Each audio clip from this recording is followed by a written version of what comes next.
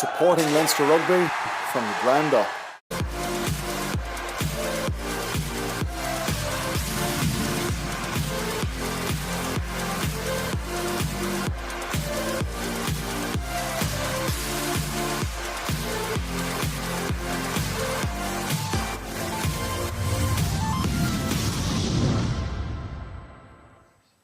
Hello and welcome to Allianz Leagues Reloaded here on Air Sport and Facebook Live. Tonight our main focus is on the small ball as hurling took over on Saturday evening on Air Sport.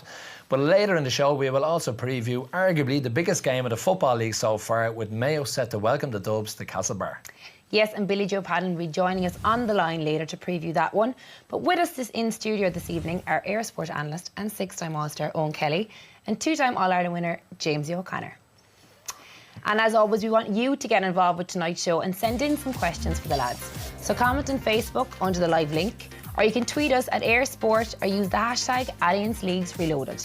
We'll be putting your questions to the lads in part 3, so make sure to get them in. Now, before we do anything else, fellas, this girl bounced in here tonight like the Sound of Music. I have to get maximum scores on our other show on a Sunday night now. I have to say now, you're a brave woman, because there's not too many GA players like the dance floor, and any of them that I've seen is usually at 3 o'clock in the morning at a wedding with the tie around the head. Owen's nodding profusely here. He's like, we won't name and shame, man. You know, all the old injuries now are starting to creep in, all the GA injuries, like the knee sore, the leg sore. What, guys, who was the dancer in your team when you were playing? Like, who was the person that was out on the dance floor first? Niall Gilligan. Really? Great man, dance to see Juventus. Oh, great. That's good to know. I think I'd have to give that award to Shane McGrath. I'd say, yeah. I think around the time of the hours that you were talking about there, Senan. So the tie around the head. 2 and 3 a.m. That sounds familiar. I was in college at the same time Shane was, so that sounds about familiar. I think if you get your judges around for the 3 o'clock in the morning GA wedding, 10. They'd be 10s all the way. So Eoin McGrath danced around McGowan's last year, if I remember rightly, so no. Yeah. Might do it before the season's out here. Okay, before we get stuck into our chat on Saturday night's game, here's what happened in front of the Air Sports cameras in Semple Stadium, where Tip faced Wexford. I think we could be in for one of the league games of the year tonight. Open spaces, field is good here, it's a beautiful night. Wexford are sucking diesel at the moment. Will they be sucking diesel as the year goes on? We'll know roughly whereabouts Wexford are after tonight's performance. I'm looking forward to see how they get on. Is there a place there for Jason Ford? He's going to have to answer those questions tonight. Opponent 65, but it's well within his range, you feel. And that is a very good omen for him and Wexford. The radar functioning already on Wexford League. And Tip have men coming onto it. Oh, that's a wonderful finish from Jason Ford. Great first time finish by Ford. I think Sean knows that the first one he made a mistake big time and it cost us. Jim takes it with them. He's brought down. That's a penalty. So a chance for Aidan Nolan. It's low and hard, and Mooney never got himself set. Once they hit the back of the net, it doesn't count. It's a very good take this time from John McGrath. Has a quick glance at the post and pops it over the bar. The McGrath brothers, they're a joy to watch when they're on song. Ford is the longest he's been from goal, the furthest from goal he's been, and that does not seem to faze him. Another one for him. Having started so strongly, to be going in at half-time 7 points down, that's going to be a huge disappointment to the Wexford players. And that'll drop in and around the edge of the large rectangle. Well, Hanlon thought he had it, he spilled it. Chance for Ford. Oh, it's another tip goal. It's another for Ford, and it's a hammer blow for Wexford. Fearsome stuff from Paddy Marr. Thurles lights up when he does that sort of stuff. Leach in. Wexford still just about in this. With a minute to go in that game, or 2 minutes to go, we were a goal down and we got a clear-cut chance. We had a chance. This could be Wexford's moment. What a save! Stunning stuff from Darragh Mooney. It was some match right there and then. Could easily have been a draw. Ivana Marr going towards goal. Oh, he hasn't missed, and that is the game. A score like that is a great score any time of the year. We'll keep going, so we will, and we look forward to maybe another battle with them later on in the year. There's also some action there as well. That's fantastic. Yeah, there was also some action in Division 1B, but that actually been a cracking match. Yeah, we'll talk about that later on. Sorry, Eoin Kelly, my fault, Anna. There, Eoin Kelly. If I could just come to you first of all, this was one of them cracking matches where we saw just a change of emphasis from a team like Tipperary from the first 20 minutes to the second 20 minutes of that game. So if we can make our way to the touch screen anyway. There's a lot of hard-earned experience on this team, Eoin, you would say, and I suppose they hit 11 of the final 12 points in that final 15 minutes of that first half. They did, yeah. I was just in the studio with Brian last Saturday night. We were just saying how early on in the game, first 10, 12 minutes, Tipperary forward line seemed to have, they were bunched, not creating space. And I think it just led then to, we'll say, Wexford gathering possession and being on top, and Wexford were 4 points to 1 up, but it just strikes me that the Tipperary experience in the forward line, the John McGraths, the Noel McGraths, that they said, look, let's create space here. So they used the field, they used possession way better. Now if you see this play here at the start of the game, it was a long ball in there by Darren Mooney, the goalkeeper. And I suppose the one guy you want to focus on here is Sean Murphy. Sean Murphy's the Wexford sweeper, and he's the guy that's meant to be doing that job to protect the zone. Here. Now in fairness to him, he was ideally situated for this possession, but I suppose what Davy would like to have him doing is maybe getting in a tackle here on Bonnermare, who latched onto the breaking ball. He got a shot in goal, but in fairness to Sean Murphy, he didn't give up. He kept a small bit of pressure on him, which probably fluffed the shot that Bonnermare took. So Tipperary didn't get any goal chance here. But for me, when you actually seen that clip there, you seen that Tipperary were bunched as a forward line, no space created. Now I don't know, was it a tactic to maybe get bodies in around the Wexford sweeper, Sean Murphy, but it wasn't working for Tip in the first 10 or 12 minutes. And then Tipperary, the experienced heads, as I just mentioned, you talk about change in emphasis maybe as well. This is the sign of a class team, a team with experience. Now, Eoin, you said on Saturday night you weren't too sure whether that call came from the changing room or came from the sideline or it actually came from the players themselves, but they certainly shook things up for the final 15 minutes of that first half. They definitely did. No, I'd say that came from the players, you know, because sometimes players just have to, one word from Noel McGrath to the inside line to John McGrath, his brother, you know, you have Jason Ford in there, Michael Breen is now in there as a ballman as well. They've all played in big games, so they're experienced. And Eoin, if you could, can I stop that one there? Just before I get going, this is the guy he's the guy I'm looking out at here. There's Sean Murphy. So as an armchair supporter of hurling, I'm saying he's Sean Murphy. He's the guy that I should be watching here in this one. He's the sweeper, yeah? There's Sean Murphy, the sweeper, yeah. He's defending the goal back there, so he's going to keep his position there. Inside here then you have, I suppose, Tipperary have now created space. So you have John McGrath here with his defender here. So Barry Heffernan is coming out of defence, heads up, just gives a lovely pop pass up to John McGrath. That's an ideal ball for forward, one-on-one with his defender. And you have Dunamar then coming racing through the middle. He takes the ball as you roll it on here. Look, he's fouled.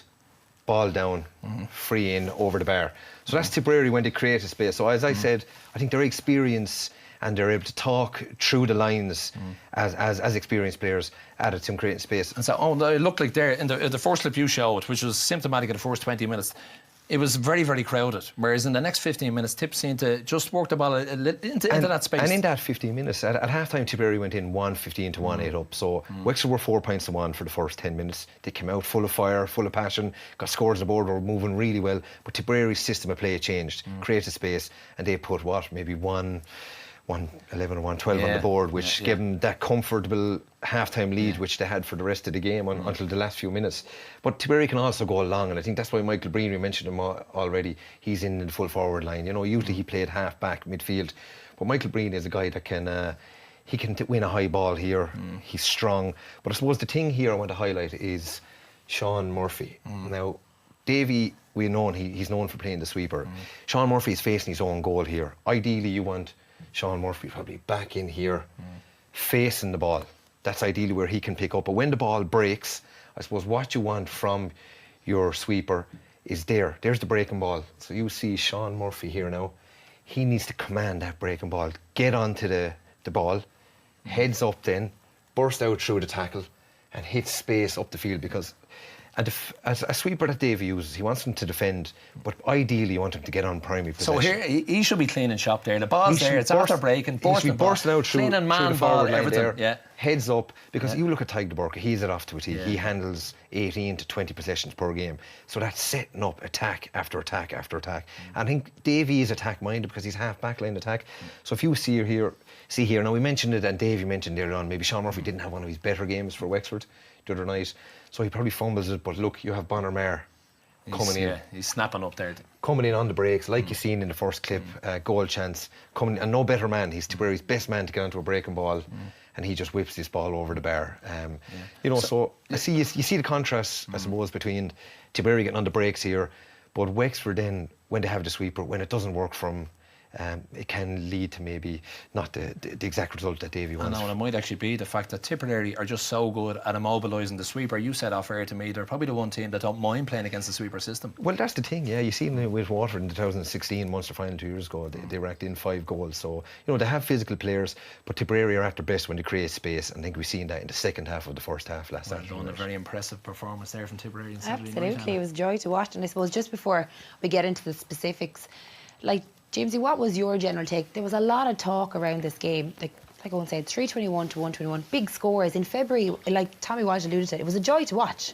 It was. I mean, it ebbed and flowed from the start, as Owen said. Like, Wexford off to a great start. Yeah. Davy not happy with the first goal. Fantastic finish from Jason Ford.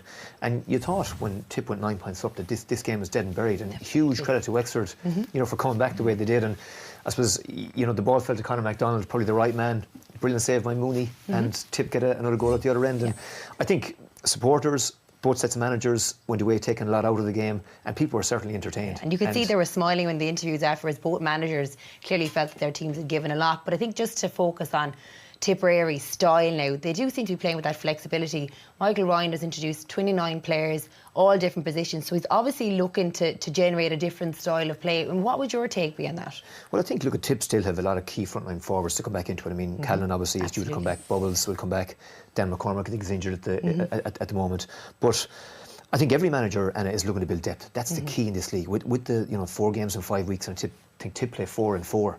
It's going to be attritional. You're going to pick up injuries, and that's the key, thing. And Michael Ryan has experimented probably far more than the Clare management have, for example, probably far more than Davy has. And I think he's a lot of positives to take away. Now, I still think, the fact that he's key players like Jason Ford, John McGrath, the guys that were experienced in that forward. I know McGrath's playing very well. I think that's the big positive. But a lot of guys still to come back into the Tipperary forward. And the fringe players. We mentioned last Saturday night. You had Paddy Feehan wing back, second game in a row now, good strong performance. Ger Brown came off the bench, Billy McCarthy came off the bench. So they're guys that probably might even start this weekend with UL Fitzgibbon on. There's going to be 4 Tipperary players involved in that. So, and Michael Ryan, I think myself and James said earlier on, he has 4 points picked up, which is still a nice luxury to have. And if you can just back reference your point there as well, what about the keeper? Darren Gleeson retired this year, so there's a bit of a battle going on there. Paul Maher laid down a bit of a marker in the first 2 games, and we saw Darren Mooney the last day, who looks like he'd be a match for Paul Maher. He was excellent tonight, that last ball, I suppose, that he blocked was a big turning point. It was the winning of the game, and I suppose Conor MacDonald, the ball came across, super flick here by Conor MacDonald. That would have been probably one of the goals of the year, but Darren Mooney was on it, released the ball down the field then. He's going to get his chance against Kilkenny this weekend as well, because Paul Maher is Fitzgibbon tied, we'll call it. But even this was near the end of the game. And no doubt in my mind if Conor MacDonald had to score that, we probably were looking at a draw. Yeah, I mean, it was the concentration that he kept. Now, one of the things I would like to say was the devil's advocate. His puck-outs to me were a little bit worrying, particularly in the second half. I mean, Tipperary won only about 50% of his puck-outs. So would that concern you then? Because obviously shot stopping from a goalkeeper is really important, but hitting your men is equally as important. Yeah, it is, but I think how you improve that is by getting game time, and getting more confidence up. And, I think what you want from a keeper in the modern game is a keeper that can read the play. If you're not winning the possession in your half-hour line, you go short. And for me at the moment, the keeper that's on the top of his game is Owen Murphy from Kilkenny. He's an absolute joy to watch. And last weekend, he mixed the long and the short, which counteracted Waterford's defensive system. So Owen Murphy, if anyone wants to know what way to play the keeper, watch him. And it's a key box that Michael Ryan probably wants to tick before the championship starts, that key fundamental position is sorted, and he's 100% certain about he's got the right man in play. And Mooney certainly didn't do his chances any harm with the shot stop that he stopped late in the game. Well, I suppose speaking of key positions, I mean, you're both free takers yourselves, and the importance of free taking can never be underestimated. And I suppose if we compare Lee Chin, I mean, he's been phenomenal so far for Wexford in their 3 games, but he missed 4 out of 10 frees, and I suppose that puts a certain pressure on him. Like, they do have other free takers. Morris, got 4 from 4 the last day. I mean, what would your take be? Should they be moving the free taking responsibilities around, or should they be leaving it with Lee Chin? We're just being fair to Lee here, I suppose. The 4 frees that he missed here, you can see it on the screen. 3 of them from 70 yards plus, and then 1 out on the sideline. But it is an Achilles heel with Wexford, and was last season as well, even to just put Kilkenny away in the championship game, missed 1 or 2 vital frees near the end. But look, if you compare it here, I suppose, look at Jason Ford. I mean, he's got 26 out of 30 in the 3 games, so he's only missed 4 in the entire season so far. Personally, I'd like 1/2 free takers, just so that their confidence is kept high. And the top teams, their free taker is a 9 out of 10 free taker. And I think if you look at the All-Ireland winners the last couple of seasons, that's what they've had. Yeah, and you know, our system in Clare one, Shawnee McMahon hit everything up to the opposition 45. You know, anything from the 45-metre line in, I took it. And there were even times when Anthony Daly, I mean, there was that famous free, I suppose, the All-Ireland final, when, you know, Dalo felt good about it, felt confident about how he was playing and had no problem leaving the Shawnee. So, but it's a key area, and as Owen said, like, you have got to have a free taker who's at 90% heading into the championship. When does it change though? You know, obviously both of your free takers, I mean, when you're starting to miss them, because obviously that can affect general play then, when does the second person step up? Yeah, I was just saying to James, you know, like, if you miss one, you're hoping that the next one is going to be maybe 40 yards out, 30 yards out, just to get your confidence back up. You know, if you miss one and the next thing is a 70 or 80 yard free, I think maybe you should leave it to a half back, maybe to set up, or maybe someone that is a long range free taker to have a cut off it. But you know, it's kind of on the day how you're feeling. You have to make the call yourself. Yeah, how you're feeling. Do you know what as well? There's another point, and Jason Farr plays in the inside line. Lee Chin is making long busting runs all day. Sometimes it's hard to come down, stand over the free and just focus and go again. But look, we could talk about that all night. Jamesie, innovate Wexford Park on Saturday. Davy Fitzgerald, you know, managing Wexford, his loyalties are in the sunny south east at the moment. Clare are coming, I'm sure they'd love to stick one over on their old manager as well. It's set up for a cracking match down there. It is, yeah, and there are certain games then, you know, it might be, you know, you're marking a guy that you have a bit of bad blood with, or you have a bit of history with, or it might be a guy you roomed with in college or whatever, you know, that stick out. And this is obviously a game that, you know, Davy will have had on the radar a long way out. You know, and it's at home, and obviously, you know, Wexford have 4 points in the bag, 2 more guarantees, you know, the quarter final, and he'll certainly want to put one over the New Clare management and his former players on at the weekend. So that's massive game for Wexford, I think, more than Clare. It certainly is a neutral for me looking in. That's one I'd love to watch, because I think Wexford are making strides. Clare on top of the league, come and go again. I think it's going to be a cracking match. And the high scores, in fairness too, you know, I mean, both of them have scored 362, so I mean, that's not bad return in 3 games. And Clare have only conceded 1 goal in 3 matches, which whereas is, Wexford have 4, haven't they? Yeah, so that is a difference. as well, yeah. OK, thanks lads. There was also some action in Division 1B on Saturday night when the Dubs headed to the Gaelic grounds to face Limerick. So the stage set then for this third round Allianz Hurling League clash of the home side Limerick and the visitors Dublin. There's massive talent in Limerick, everybody's aware of it, so obviously if they can make that step to just to get up there in 1A, and they're playing consistently against the top team and the cream of the crop, that's where they want to be. So we're off and running here at the Gaelic grounds, and that's a flying start for Limerick and Tom Morrissey. Danny Sutcliffe it is who has the ball in his hand now. Shot fired in from a very tight angle, and that's a really good score. Our whole game, our whole foundation is going to be based on our work rate, and we've worked really hard over the last 2 weeks on that, but also, you know, our discipline and our tackling. He's got plenty of options, decides to go it alone, and Whiteley with a really classy score. Brilliant save by Alan Nolan there. Loose man all alone, David Reading. Very sharp again from Limerick. Gillan flicks it outside to Hegarty. Didn't even need to break stride, hits it in full flight and guides it up and over the bar. Yeah. Lovely hurling by Limerick. Ball taken down confidently by Diarmuid Burns. He likes the look of it. Flanagan sprinting away. Loose man inside. Who wants it and gets it is Barry Murphy. Yeah, it's a penalty, Mike. This goes in, and Dublin have got a mountain to climb. Gillan goes low and buries it past Nolan. I'm missing the cool lads. I think they all need him back, and right now, as Limerick are streets ahead. No doubt Pat Gilroy will have told his players just how big the next 35 minutes are for them.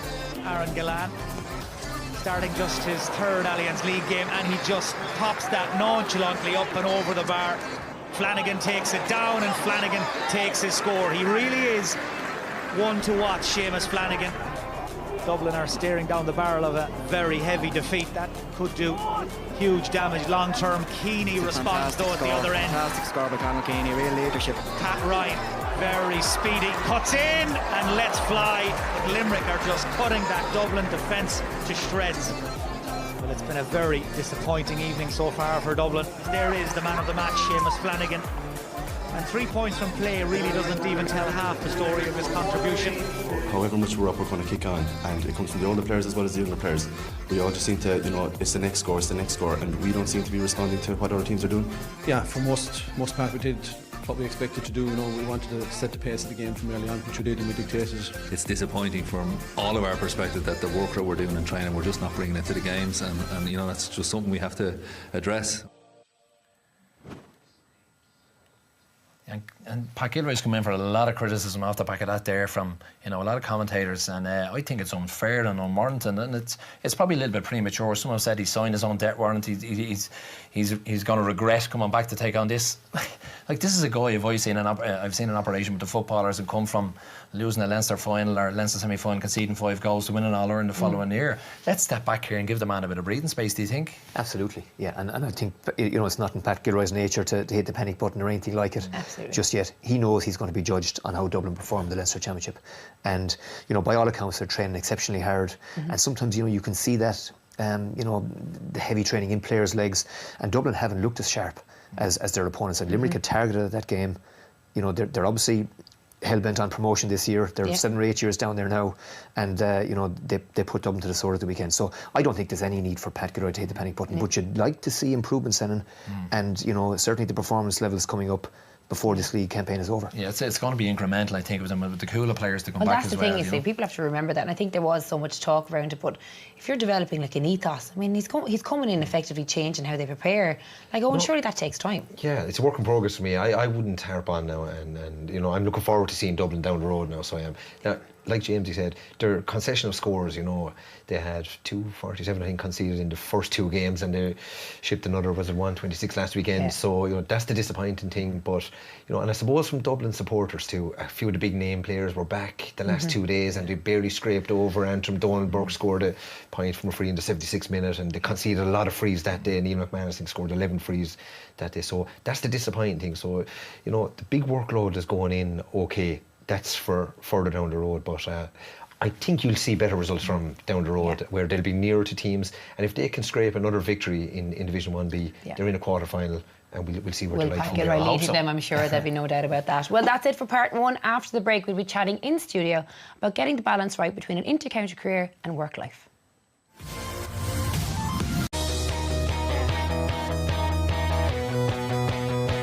Is he from Leinster? Mount Munster?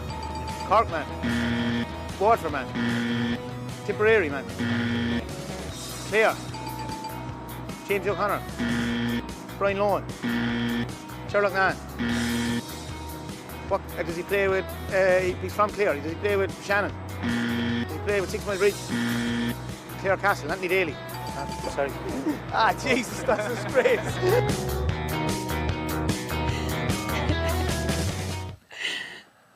Welcome back to part 2 there. That is brilliant class. I love it. Okay, now something we wanted to chat about this week is balance, and in particular the life sport balance of the modern inter-county player. It came about on the back of comments made by former Meath goalkeeper Paddy O'Rourke on his retirement. He said, from 2011 till now, the commitment levels have gone to the roof, but we've had nothing to show for it. He later adds, so I finally came to the decision this is not worth it. When you think of the consequences of the incredible commitment levels required, you are losing so much of your life. Probably a little bit worrying, but there was a flip side response from the great Kildare legend Johnny Doyle also during the week, where he sort of referenced the fact that you have to love playing for your county. He says lots of negativity around being a GA player these days. Sure, we won't win anything, too much training, no enjoyment. There's no feeling in the world like playing the game, so play as long as you can. And I think, Anna, lads, it is becoming a team that's coming to the fore a little bit more. There's both positive and negatives, but it can depend on your situation. We're seeing both sides of the story there, really. Yeah, it's very much an individual thing, and I think it depends on your own individual circumstance. I mean, my career, I was a teacher, June, July and August off, you're a teacher, and obviously it lends itself to it. But my commitments at 35 and 45 are completely different to when I was 25. So it's up to players, I suppose, to individually, come to that decision themselves. Yeah. I certainly have absolutely no regrets. If I was 21 in the morning, I'd want to wear that Clare jersey, and I'd have no problem buying into the lifestyle. Yeah. Gary Brennan, who hasn't won Munster titles or Ireland titles with Clare, has still, I think if you asked him in the morning, he teaches with me. He's played international rules, he's travelled to Australia, he's worn that green jersey. Got so much out of it. Exactly, and loves playing for his county. Brendan Bugler the same, and those guys would have no regrets. So very much an individual, personal thing. But you're dead right, it is a hot topic of debate at the moment. The only thing in favour, the systems are there now, I suppose, for teams to have success in Croke Park. Your Division 4, Division 3 football, league finals now on in Croke Park to get their day. Now I'm talking, everyone wants to win the championship. Everyone loves to win a provincial championship, win All Ireland, but there's only one team going to win the All-Ireland at the end of the year. There's only one team going to win your province. You know, I see Tip footballers now, how they've turned it around, winning Division 4, winning Division 3. You know, they're really on a high. Like, and you know, to be a Tip footballer now, they're given that commitment levels. Maybe 10 years ago, they might not have been putting in as much of an effort, like, because they didn't think they maybe had a chance of winning something. So the systems have changed that give you a chance. Wasn't that what you always wanted? You were banging the ball off the wall, 7, 8, 9, 10 to be an inter-county player. Like, that's ultimately the dream. And I agree personally with Johnny. I think it is an honour. Like, I played with Cork for 12 years, and the hardest decision I had to make was stepping back. And I suppose I stepped back at the age of 28, but it was for work reasons, you know, and I would love to have played. It never was about financial or the time commitment. It was just that I couldn't be two places at the one time. Yeah, the inter-county schedule now is gone crazy, okay? But some top club teams now are trained similar. Absolutely. In a similar way to the inter-county team was trained maybe 8, 9, 10 years ago, like that, you know. But I do agree with some of the players when they're saying it is a big commitment. But I think to wear that jersey, like, you know, it's the memories, and you know, you often hear the journey thing being thrown out, like, you know, like, not everybody is going to win the All-Ireland at the end of the season and that. But you know, I think probably what's getting on players' nerves is the outside activities, the video analysis and all that. You know, I think I read Brenda Bugler recently, the 45 minutes after training. You know, that you just want to go home. Of course. The WhatsApp group of your food, you know, the following day you're in the gym. You know, I admire Mickey Hart a couple of seasons ago. I think he only had Tyrone training twice a week, maybe Tuesday, and you know, I think we're saying the Dublin footballers might do the same regime. Like, you know, you have to trust your players as well, that they're doing the work in the gym, away from it, and that, you know, quality, I think, is better than quantity. And I suppose freshness is a big thing as well, because if you're doing something evening, whether it's video analysis or going home having to practice something, or the defence meetings or forward meetings, then, you know, I suppose that can take a toll. For example, Fitzgibbon final is on at the weekend. Just leave the guys alone. Leave 100%. them go play their Fitzgibbon.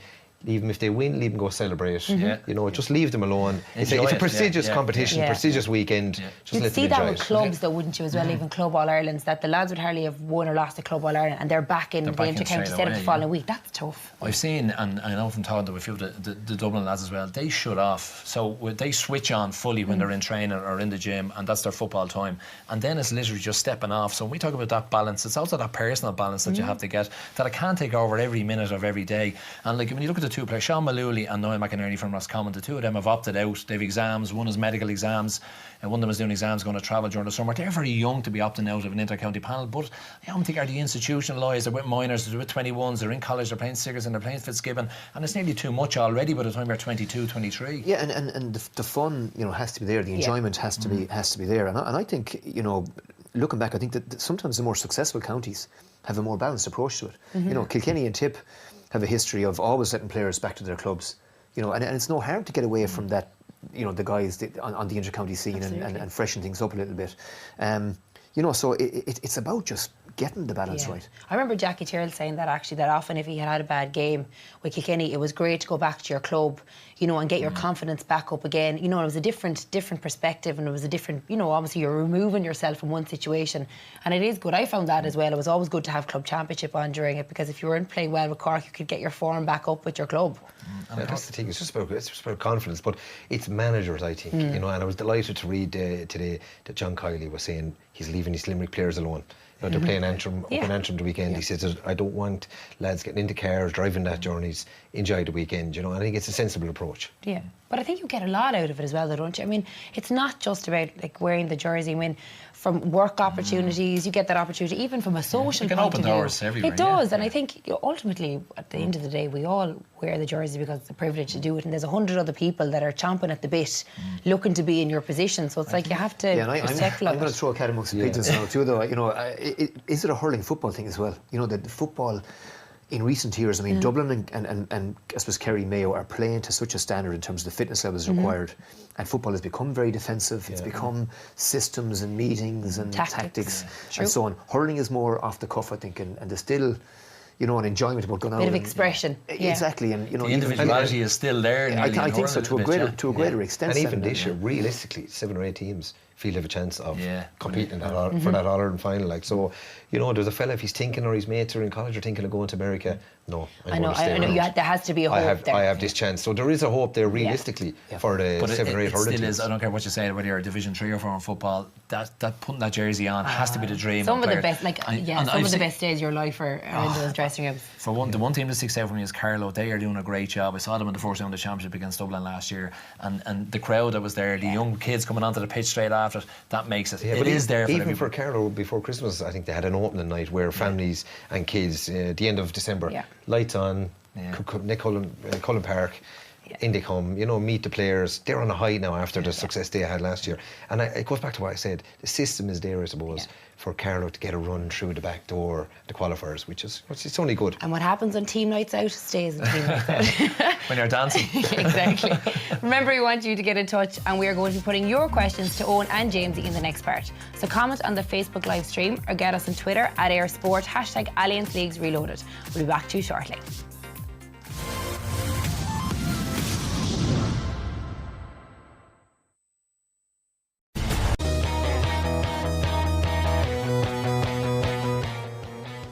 Is he from Munster? Leinster? Kilkenny? Plays at the back? Forward? Henry Shefflin? Eddie Brennan? Richie Power? Aidan Fogarty? The midfielder?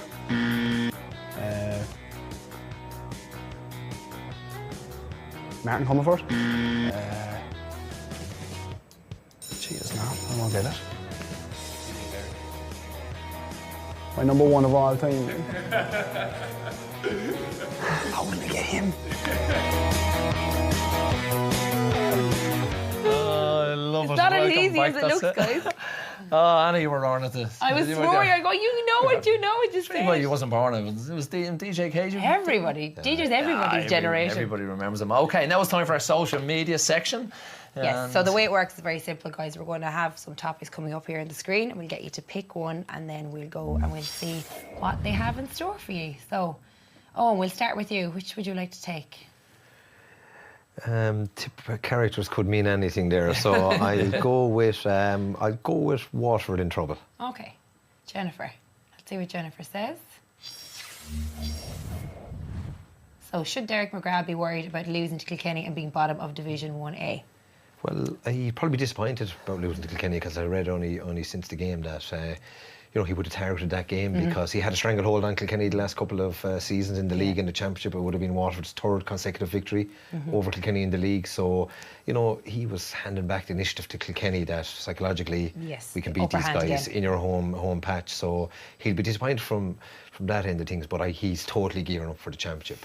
He won't want to get relegated, so believe me, they'll look like they're going to be in the relegation battle, so there'll be a serious fight in them. So he'll be a small bit worried, but championship is his number one. Winning is a good habit to get into as well, though, James. He's not winning games at the moment. Yeah, and even things are very positive in the Clare camp at the moment, and even Tony Kelly, even though you're playing Wednesday, Fitzgibbon Sunday with Clare Wednesday, as long as you're winning, you don't feel the same tiredness, the same fatigue. Things are a lot more positive, and I think as Eoin alluded to, it's the fact that he targeted that game. They knew that coming back, okay, the first two games, they hadn't the work done, they were going to be playing catch up, but that was a game that they felt they were going to get a performance in, and they obviously didn't, and that I think has to be a little bit troubling. Yeah, I think as well it is February that people need to probably relax a little bit. Yeah, and listen, they couldn't come back in November and December like maybe Clare or Wexford and go hard at it, and I think that's a sensible approach, and Derek McGrath knows he's going to be judged on this could be forgotten about, James. Absolutely. Come the summer, Well, that's exactly it. I think, look, championship, like you said, is probably his main goal. It's amazing what one or two wins does with all the talk everywhere, media and even in the home county. The narrative changes, So we'll go back to the screen now, James. It's your turn to pick a topic. I could throw Senan under the bus there, football stuff from Senan, but Rebel Lull there has caught my eye at the bottom of the screen. Senan sweating here beside me. He's like, what is that? Thanks for that, Jamesie. Okay, so Jay, I said, is Anna worried about Cork's lack of performance last weekend v Clare? Oh, Jay, now you're putting me on the spot. I actually think it's the same as you. I think you have to be a little bit worried, because this time of year you do be putting on performances, but it is February. I think you have to be trying out players, you have to be seeing what works and what doesn't. And much like Waterford, I think Cork now are looking at championship. They have to be, because they have to build on last year's performances as well. What do you think? Yeah, I mean, well, I was in it, and to me, Cork looked like a team that had trained heavily during the week. You know, they just looked heavy-legged, and you know, there was the same sharpness that maybe was there on the opening night against Kilkenny. You know, wasn't there. Clare had probably 12 or 13 their championship 15 out. You know, Cork had probably 8 or 9. Yeah. And, you know, he's getting a chance to see Tim O'Mahony and, you know, Sean O'Donoghue and Robbie O'Flynn and some of these guys, and some of them have really impressed me. You know, so, OK, it was a disappointing performance, but listen, again, I think take it in the context that, you know, it's still very early days. Yeah, from Clare's perspective too, I mentioned Kilkenny and Waterford, and Clare said it openly afterwards, they wanted to get a victory over Cork so bad. The last couple of league games, championship games, Cork had come out on top, so they wanted to overturn that as well. Yeah, and Clare hadn't beaten Cork since 2013. Oh, let's not talk about that now, thanks very much. Long overdue. Let's not bring that up. You know? But like, look, Cork, a few guys cried off before the game, Conor Lehan, Alan Cadigan, you know, so small bit of shadow boxing maybe there, but I'd say James, you could be right, you wouldn't know the workload they had put in. You're dead right. But OK, thanks lads. After the break, we will switch our focus to football and preview the massive game on Air Sport this Saturday when Mayo face the Dubs.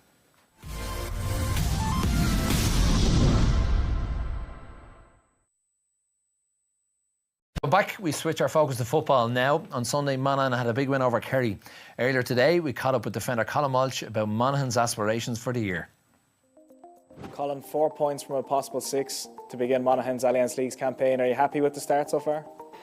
Yeah, I'd say we're happy enough with getting 4 out of 6. We know how tricky Division 1 can be. I suppose the first day out against Mayo, we probably felt we could have got something out of the game. We could have maybe come away with a draw or a win at the end. It went down to the wire, and then I suppose the last 2 games we've managed to just ground out a win in the last few minutes against Kildare and Mayo. So I suppose, look, all 3 games could have went either way, and we're delighted we came out the right side of 2 of them. Now, Kerry were well fancied travelling up to Inniskeen last Sunday. How pleasing was it to get one over the up-and-coming team of the GA at the minute? I suppose we probably didn't give that much thought to Kerry. I suppose we were just looking at ourselves that weekend, but we know Kerry had been in great form. You know, leading up to that, they had 2 good wins and a lot of kind of exciting players in their team this year, players that we wouldn't have faced, I suppose, before. But I suppose to get ourselves a win and stuff, that was probably the most important thing. For a lot of teams this time of year, it's striking a balance between pushing for a league title, but also trying to blood new players and get a championship panel together. What's Monaghan's target? I suppose that the championship is the big focus, and that's where all the eyes will be on. And I suppose we've kind of done that to date in the league. We haven't. I suppose Malachy hasn't rushed players back or pushed players on that aren't ready to feature in games, and we've kind of changed our starting 15 with a good few changes nearly in every game so far. So he's definitely using the squad, and I'll probably expect the same this weekend or over the next coming weeks. And it's great to see boys getting game time and getting a chance to impress, and they're definitely taking that opportunity. Has the prospect of the Super 8s in the summer had any changes to preparation at this time of year for Monaghan? I wouldn't say the Super 8s has had a major impact on us at this time of year. I'd say probably the championship itself has all been brought forward. You know, we're playing early in May, I think, this year, so it's almost like the preliminary round, and also you're looking at that there, and then at the same time you're fitting in your club schedule. We'll all be playing with our clubs 4 or 5 games in April, so at the same time you're trying to tailor your fitness and your training to that there, that you're going to manage that kind of load building up to the championship. Tyrone in Castleblaney is the challenge on Saturday. How do you see it going? Yeah, that's another one now. It's going to come thick and fast. The games, the way the league's structured, I suppose you're playing week on week, and you're just kind of from Tuesday night on, you kind of settle down, you're refocusing for another game. So Saturday night's going to be another tough fixture, another home fixture. I suppose we're on the lights in Castleblaney. It'll probably be a good atmosphere, a good crowd at the game, and I suppose that people will be looking forward to. I suppose in May there's a championship game between ourselves and Tyrone, and at this stage probably both teams are just kind of getting through the league and trying to find their feet, and it should be a good enough encounter. Thanks to Monaghan's Colin Walsh there. OK, time now to focus on the big game coming up this weekend live on Air Sport, a repeat of last year's All-Ireland football final. Absolutely top-class stuff.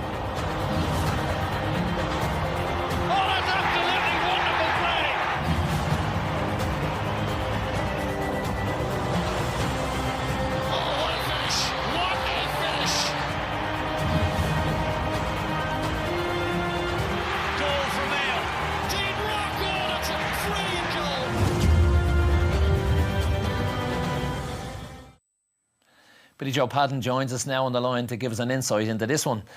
Billy Joe, the Dubs on the road playing Mayo and Castlebar, a repeat of the 2016-2017 All-Ireland finals. It has all the ingredients of a cracking match. It has, but I think a lot of that will be dependent on, how Mayo perform. You just know that the level of consistency that Dublin have, that whoever they put out in the field at the minute, they're going to put in a good performance and extremely difficult to beat. Whereas Mayo, when they have been at it, they've been good, but in the early stages of the league over the last couple of years, they haven't been at their absolute best. And I think the last 2 rounds of the league has been particularly disappointing for Mayo. Against Galway and against Kerry, where they were really non-performances, really. And if that happens again at the weekend, well, then Dublin will blow Mayo away. But I think that you mentioned the history between the teams in big games. I think that Mayo will be really looking for a reaction from their squad this weekend, and I think it'll be vitally important to them that they actually put it up to Dublin for the full 70 minutes and see where that leaves them at the end of the game. Yeah, I suppose from Mayo's viewpoint as well, Billy Joe, you mentioned it there. They're coming in off the back of 2 defeats, Kerry and Galway, and you need to win your home games if you're going to have, make any sort of strides towards a league final later on. And the pressure be on if they lose this one. Yeah, it sure is. And the good thing for Mayo is that their away form in the league is good. I suppose the bad thing is then that they've been really poor at home over the years, the last couple of years. And I think that, what can Mayo look to improve on? And their forward play has been quite poor. There's been very few scores got from play from any of their forwards in the first 3 games of the league. So I think they'll be looking for massive improvements in that area. But against Dublin, you have to defend well, and they'll have to, improve defensive performance than they did against Galway and in particular against Kerry, where they were really poor defensively. And then it's that key area in the middle of the field where Mayo can be very, very strong, and they'll be looking for a big game from Aidan O'Shea in there, and maybe hopefully get the likes of Tom Parsons back in there, so that Mayo can do what they've done well against Dublin in the All-Ireland finals, and that's hold on to a lot of possession, because if Dublin don't have the ball, they can't hurt you. Yeah, exactly, and I suppose they're slowly waiting for players to come back. Both teams are, and looking for that bit of experience come this game on Saturday night. I suppose for Jim Gavin's Dublin team, this is one that'll sharpen the focus. They let Donegal back into in the second half of the last round, and they maybe won't be too happy with that one. I don't think they'll be going in on autopilot expecting a positive result down in Castlebar. So not pressure, but certainly 6 points from 6. This is one to sharpen the focus, as I said. Yeah, definitely. With that second half against Donegal, Jim Gavin will have a lot to work on in those couple of training sessions, more so mentally, in terms of getting the players to focus in the right way, because in each of the 3 league games, Dublin has had a period where they've been a lull in each game, where there'll be the first half in the first couple of league games and then the start of that second half against Donegal. So there is areas of improvement, and with the squad that he has at his disposal, the players that he can bring in and make an impact, he knows that not many of those players are going to rest on their laurels for long. And Mayo is probably the perfect game for them away from home, because they do see Mayo as probably one of their closest rivals, and they will really, really want to go down and put on a marker and really dominate Mayo, and they'll probably think that that'll have an effect come later on in the summer, and it probably will, because it's a long time since Mayo have beaten Dublin, and I think if Mayo were to get the win on Saturday, it'd be a huge boost for them, whereas another defeat could be quite demoralising. Thanks for that as ever, Billy Joe, our regular Air Sport commentator, Billy Joe Padden there. So, as always, Billy Joe giving us fascinating insights.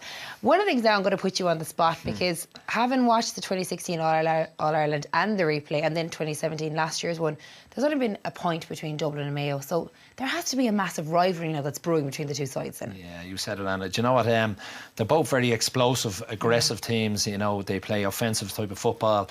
I don't think there's any love lost between the two sides, and they've only met on the biggest stage, I suppose, in recent times in Croke Park, when there's just so much at stake that they're not going to like each other, and you know that yourself from playing against rivals in big games. It's just not going to happen. But I suppose Dublin have shown the edge on Mayo in the biggest games. There's a smartness about them. There's a cuteness. You might have, when you had it with Cork, they're nearly streetwise. They know how to get over the line every time, and that's the bit of an edge I think that they have on Mayo at the moment.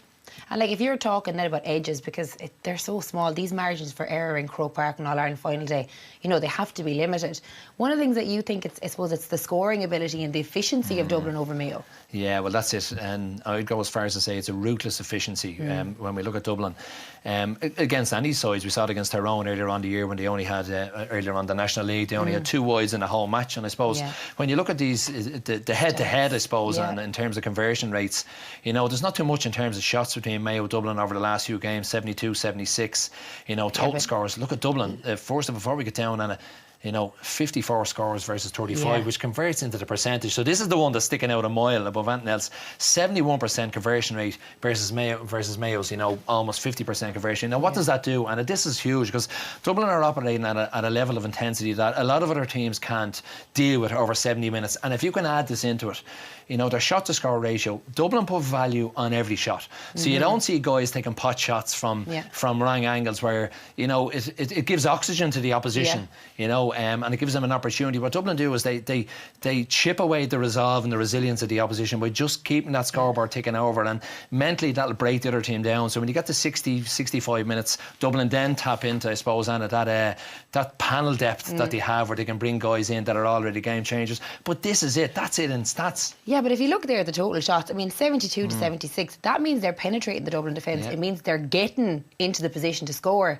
So maybe it's just that composure at the very end that they need to work on, because clearly they have the ability to actually get to that point. It's just the finish. Yeah, Anna, you said it. So if there's a team out there that can match Dublin physically, technically, probably, tactically maybe, and even mentally at this stage, it's probably Mayo. So when you look at that, it's just a small little thing that they have to work on. And the other little thing, I suppose, is panel depth. That Dublin have game changers coming on in the biggest games, and we can see what they can do. Whereas we Mayo, need to see the youth going through. And this is I'm not seeing enough in the league yet, and it has to happen. Yeah, well, there you go now, Stephen Rashford. You heard it from Senan. I want to see Loftus playing Conor Loftus. Come on, we have to go back guys. over here now, because we have to put these guys to the test. No programme will be the same unless we actually put yourselves in the hot seat. So that's exactly what we're going to do. Cue the lights. Oh, there they are. So your time starts now, 30 seconds. We can only say yes or no. Off you go. Okay, hurler? Yes. Does he play Munster? No. Leinster? Yes. Kilkenny? Yes. Tommy Walsh? No. Is he a defender? Yes. JJ Delaney? Hey! Well done. Great teamwork. Yeah. I knew there wasn't a chance. I can tell everybody at home that the two lads were not worried about any of the analysis. No. It was all about, oh my God, what if we don't get the person? It's a game changer for everybody when you say, lads, you're on a while. Faces change. You can actually see the blood draining from you. Well done. 19 seconds. That wasn't bad now. It was 11 seconds. Are you happy with that, on? Happy with that. We thought it might be a footballer that you might try to... We were nice tonight. Not a chance. Not a chance. Okay, now that's it for another episode of Allianz Leagues Reloaded.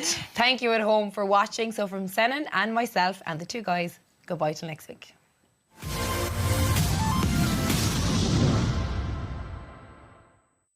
Supporting Leinster Rugby from the ground up.